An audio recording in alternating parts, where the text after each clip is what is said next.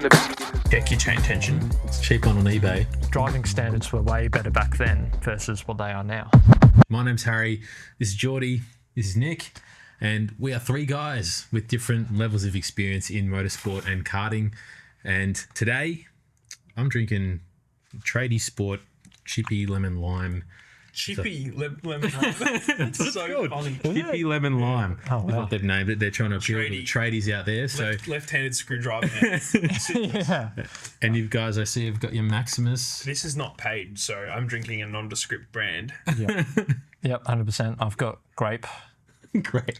Grape. It's always the same name. It's like fruity And you've got- Raz or like What flavour's yours, Nick? Blue. Blue flavour. Blue. Hydro Max. Okay. Very good. Well, the first thing we're going to talk about today is racing suits, cheap suits versus expensive suits, right? What's the difference? What do we get from an expensive suit as opposed to a cheap suit? Look. Can I please define this? There is $100 suits. There is $400 suits. There are $4,000 suits. Right. There's a huge difference between the three. Geordie, do you have a... I guess when I think about this, the three main things I would talk about would be quality, safety, and comfort. You see a lot of cheaply made suits that might be kind of safe. The material might be okay, but they're not well made. If you have an uncomfortable suit, you're constantly going to be sitting in the seat before you go out trying to adjust it, and it's grabbing in the wrong spots, and it isn't breathable, so you're going to be hot and sweaty in it. A bad quality suit, it's only going to last you 6 months. You see a lot of those suits that people are wearing where they've rubbed holes around the fuel tank where their knees rub, or the elastic's coming apart, or the zipper's broken already. So you don't want to be... I've got a cheap ass suit. Yeah. It's cheap on eBay. Yeah. And I've had my my arm was like rubbing against the exhaust. Yeah. It's just melted. Yeah. This hole like Yeah.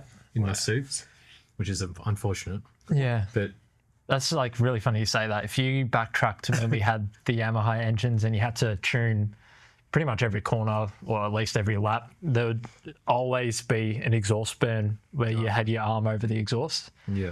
So Sparko would have made a killing selling the blue arm guard with the reflective panel on it to reflect the heat back. It's like a little patch. Yeah, it's just like a little sleeve Yeah, that you right. put over the suit to not burn a hole in it. Yeah, okay. And I mean, we got one because I put the hole in the suit, and technically a suit with a hole in it isn't homologated anymore. It's It's homologated. a whole homologated.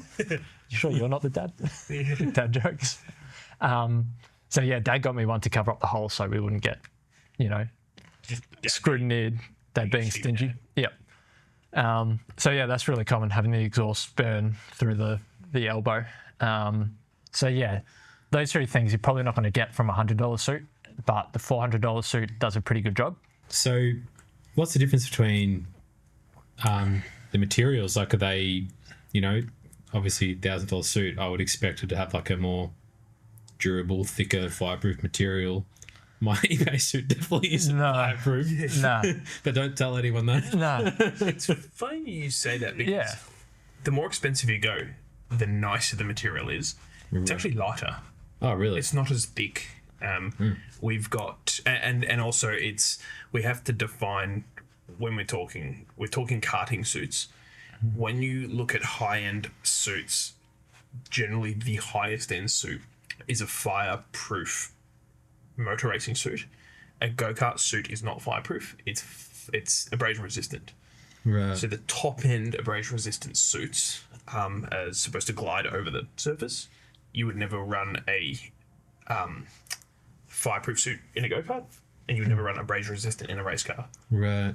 So you can't have both. But Okay. Yeah, hybrid makes doesn't sense. really exist. yeah, we've both got custom abrasion resistant suits. They're quite light. Yeah. Yeah, really breathable where you want it to be. They're super comfortable, and they're made to measure. Yep. We've also got high-end, slightly lower end, a little bit thicker, and then you go all the way down to a $100 suit, Yeah. which we both have. We both still have a set downstairs, Yeah. and that's the thickest. It's the Yeah. most uncomfortable. Yeah. No breathability, no stretch where you need it. Would you say it's got more protective padding because it's thicker? Like, if you would actually like come off and have a stack with the two suits, is one actually going to protect you better than the other? Look, Or is it more a comfort thing? I would be in the middle of the range, to be completely honest with you. Yeah, the middle of the range suit is homologated, so it's safe. It ticks all the boxes. It's still pretty comfortable. It's not, made to measure, so it's not going to be 100%. But for 95% of the people out there that still find a size that fits pretty comfortably. The price is super attractive compared to going from a $400 to a $4,000 suit. Yeah. That's mega attractive. Yeah, 100%. So I always see it, you buy a $100 suit, and sure, that exists. There's a time and place for that. Rental karts and things like that, or if you're in a go-kart once a year, Yeah. you get a $100 suit. But if you're wanting to do go-karting and you're wanting to do it properly, don't go $100 suit, because you'll be back in 2 months' time for a $400 suit. Yeah. It's only till you're doing this every day of the week and you have sponsors and things like that. That's when it warrants that $1,000 mark suit. Yep. But in reality, Geordie, when you get down to practice, when I go down to practice, we're not in the custom suits. We're in an off-the-shelf, middle-of-the-range suit. Yeah, most of the time. Because it does the job. Yeah, 100%. It's not wear out. Just as good. Yeah. Next up, we're going to talk about the importance of kart prep. Obviously, this is interesting for me because, I prep my 4-stroke go-kart, which, will have similar things to other karts. But, yeah, so what sort of things are we looking at with 2-stroke karts? First of all, for God's sake, clean your go-kart. That is like the most common thing I am saying to kids. Coming out of the track, how do I get faster? First off, clean the thing. Run a rag over it, please. Motor comes off, chain sprocket off, clean it in petrol. If you've been through the sand, please check the carby. There's so much stuff that gets the air filter. You're going to cause scores in your motor. You can't afford that with how high tolerance this sport is. And I guess that's 2-stroke, and then you want a caustic bath your exhaust. You want an engine rebuild. If you're doing anything higher than, VCS or GPS, multiple motors, make sure they're both up to scratch. Then you've got 4-stroke and 2-stroke. Make sure the chassis is clean. Make sure your bearings are not flogged out. Make sure, that you've got tyres that will actually... Why waste the money going to a race event if you don't have tyres? If you're using Clubdale tyres, just do the right things. Yeah. It will cost you a lot less in the long run if you keep the thing clean. Yeah. As you're cleaning it, you'll find things that become loose. That's it, yeah. And then you don't get it to a point where it breaks. Yeah. Check your grub screws. Yeah. You're going to get me fired up on this one. Yeah, 100%. Yeah. I guess that's the thing. Like when you're talking about kart prep, there's 1,000 things you could speak about. It's pretty daunting for newcomers to the sport, taking the engine off. It's not as hard as it seems. It's literally 2 bolts underneath, get the exhaust off, unplug the wires. That's 90% of it done. If you learn how to do that and do it every time you're done at the track, or, day after your practice day, or probably not day before race day, because you want to clean it before it, has been sitting like that for a week. You want to roll it out of the trailer ready rather than you've, an hour before quali and you're still getting bits and pieces sorted. Yep. Yeah. Set yourself up on the back foot. Yeah. And go back to what Nick said about you clean it and then you'll find something that's loose, and you'll find those problems before it turns into a problem on track. And that was something that I started noticing when I actually began the process of cleaning my kart as well and getting it actually ready to go before a race event. Because in my first half season of racing, I didn't do that. And I did find that, you run into more issues as a result of that. 100%. And I do honestly feel like I noticed a bit of a competitive edge once I started cleaning things as well. Keep it clean, it looks nice. You take pride in it. When you take pride in it, you start to tend to go better as well. You line up on the grid and you're not hiding behind a bucket of shit. Yeah. Yeah, 100%. Yeah. It happens, man. Yeah. I mean, there's no coincidence that at open meetings, the top 5 guys are driving immaculate karts. And it's not just because they're buying new gear every weekend. It's they look after what they have and put the pride into it. And the correlation is 100%. You never see a dirty shitter of a kart at the pointy end of an open meeting. It just doesn't happen. So there was years where us as a family were spending more money than other years, where we couldn't afford to do what we did the year before or the year after. Things change at home in terms of finances and things like that. So I remember years at home where we would be spending less, and there was more regard having to be put in elongating the lifespan of things and a lot more care put in. And when you have that level of regard and you get to the track, you're actually doing half decent because your kart's Yeah, you've actually prepped it. perfect. Yeah. You can't afford to have anything go wrong. Yeah. And I was very lucky I had Dad who had a kart well presented all the time. And, Yeah. we didn't have the parts thrown out of the year like it did the year before, but it went well. Yeah, like it costs you a couple bucks and some grease for the bearings, but you'll make the lifespan of those bearings 10 times longer. Same as your chain. If you lube it every time you go out, and if you clean at the end of a session and actually, maintain the chain rather than just chuck a new one every club day because you're not looking after it and it flogs out. Check the chain tension every single time. Yeah, 100%. You're not going to go through it as much. Yeah. Same as pulling apart the carby and things like that. If you actually look what's going on in there, make sure you haven't got any grit in the filter, and just do a carby kit here and there, then, you're looking after the engine and less chance that you're going to, see something because you've got grit blocking the fuel getting into the engine, all that sort of stuff. So how important do you reckon it is to have the chain alignment? Also, there's sprocket alignment laser. Okay, you can use a laser. You can use a laser. So the salesman in me would say go buy a laser. Yeah. The dad and lad side of me would say go get a $8 steel edge ruler. Yeah. 12-inch steel ruler, and it's half the price. Yeah. Not a laser. Yeah, 100%. I was just thinking the same thing. You and I both come from a dad and lad. Yeah. Not big teams or anything like that. Yeah. So we would have more or less had that type of hack. Yeah. Yeah. Yeah, I went 12 years of karting with the exact same steel ruler, lining up the sprocket every time we went out. So look, the laser just takes a step out and removes some of the guesswork and makes life a little bit easier. So 100%, it's a really handy tool in the toolbox. But as long as the thing's straight, that's all that matters, really. Because if it's not straight, that's how you flog them out in 10 seconds flat. Yeah. The chain. Yeah, tension.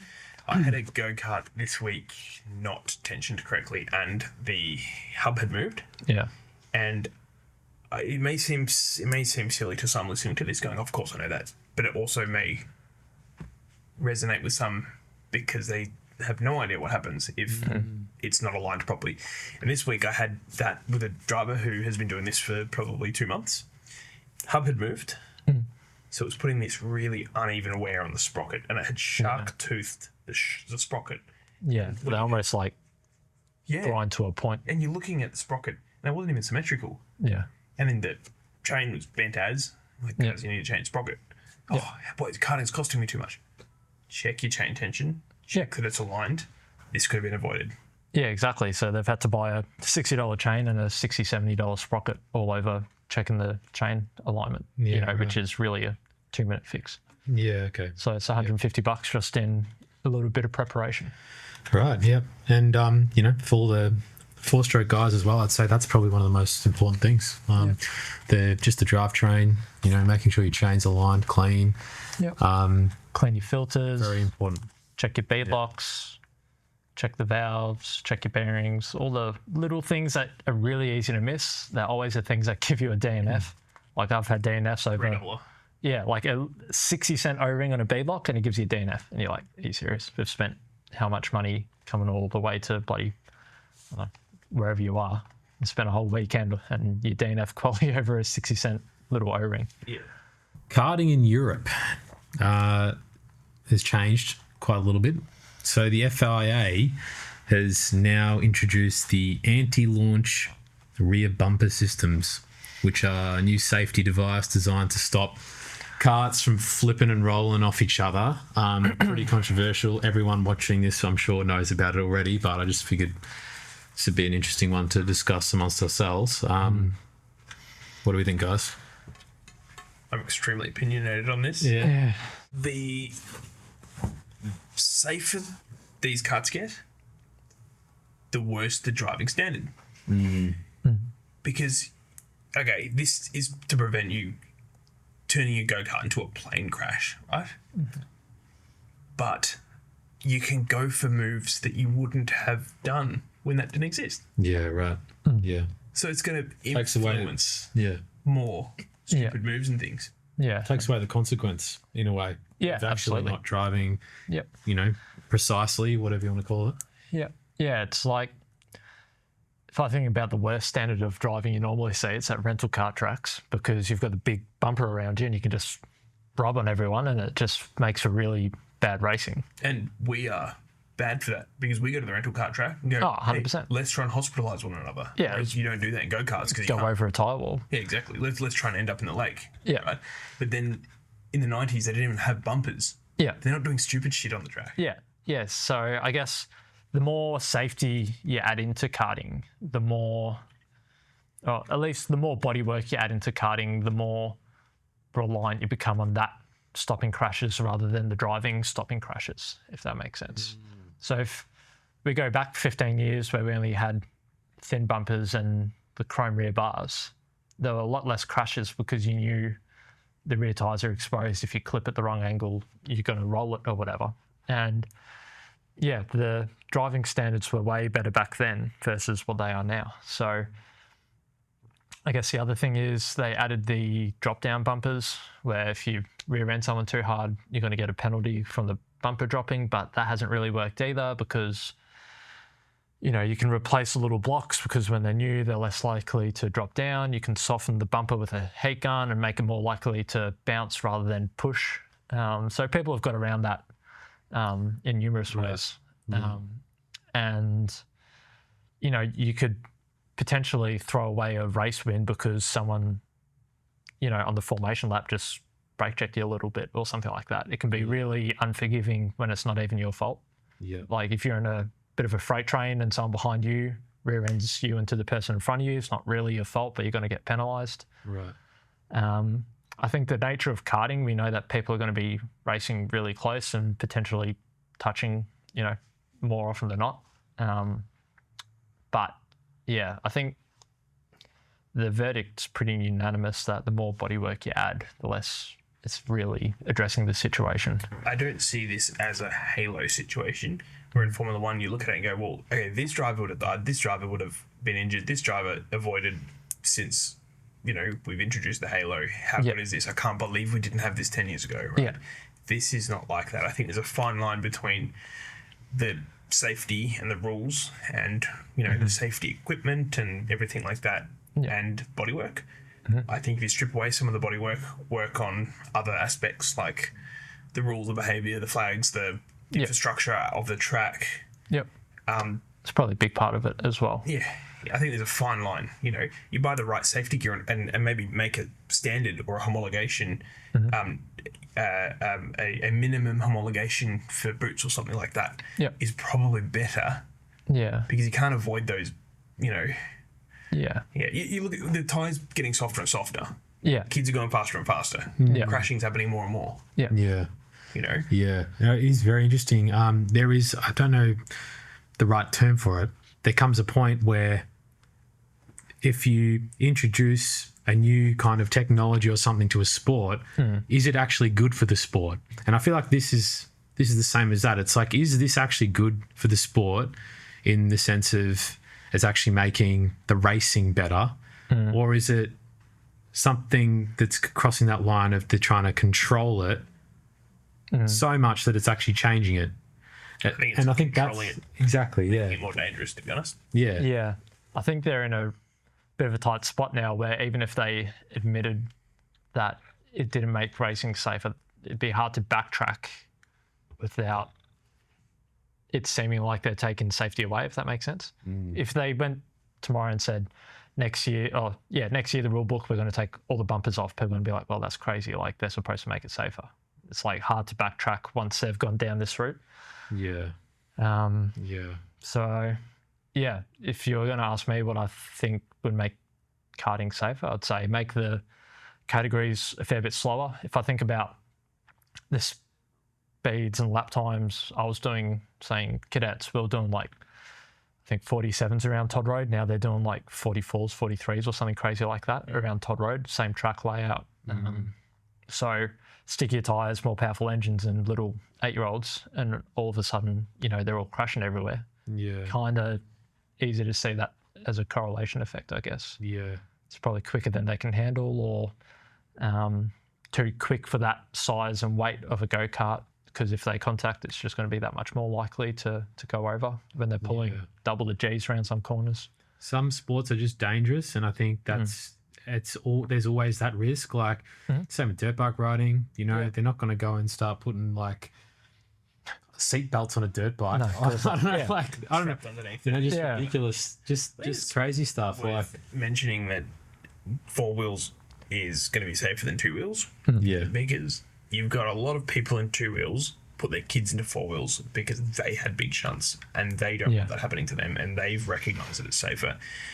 I know this is a big generalisation to make because I know karting a hell of a lot more than I do 2 wheels. All I know about 2 wheels is I'm not very good on them. I keep crashing, right? Yep. But it's really regulated.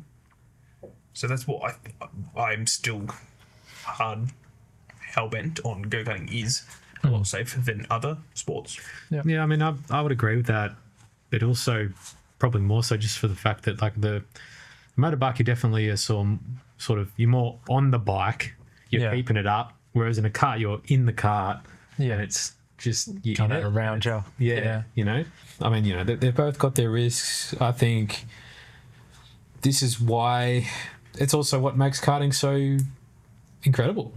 So like that's what makes it what it is, and to going to the point where now what happens after these anti-launch devices, like how far is it going to go? What point are we just all driving around in hire carts? Yeah, yeah, exactly. Well, that's the thing. Like if you had a high power kart, like a performance 2-stroke with the bumpers all around it and the roll bar and the seat belts, like I can imagine racing that and you'd just be bumping everyone. Like you'd just be leaning on everybody and side swiping in the dirt and all sorts of stuff. I don't like this bloke. Just ship him at the end of the straight. Yeah. Getting doored left, right and centre because there's no consequence. Yeah. So I think, there's obviously a limit to how far it should go. Is the anti-launch device kind of the last step, and then they go, okay, this is as safe as we can make it without going crazy. Social experiment. Just go to Oakley, do a race day, take off all the bumpers. Yeah. Survival of the fittest. I think you might have to do a non-KA certified track for that. Yeah, and don't have the 4-stroke guys do it because it'll be absolutely hectic. No, you 4 strokes and 2 strokes. The 4 strokes will win. Well, that's all we've got time for, I think, guys. Thank you for listening. I hope you enjoyed this episode of the podcast. Before you go, let us know if you've got a cheap race suit or an expensive race suit. Be honest about where you bought it, though, and let us know in the comments. We'd love to hear your answer. Yeah, we're still after any sort of feedback you have for the podcast. If there's something you think we can improve, if there was something about it you loved, definitely let us know. We'd love to hear from you. And as always, guys, please enjoy the rest of your day/night. We'll see you on the next one. See you next time. Cool.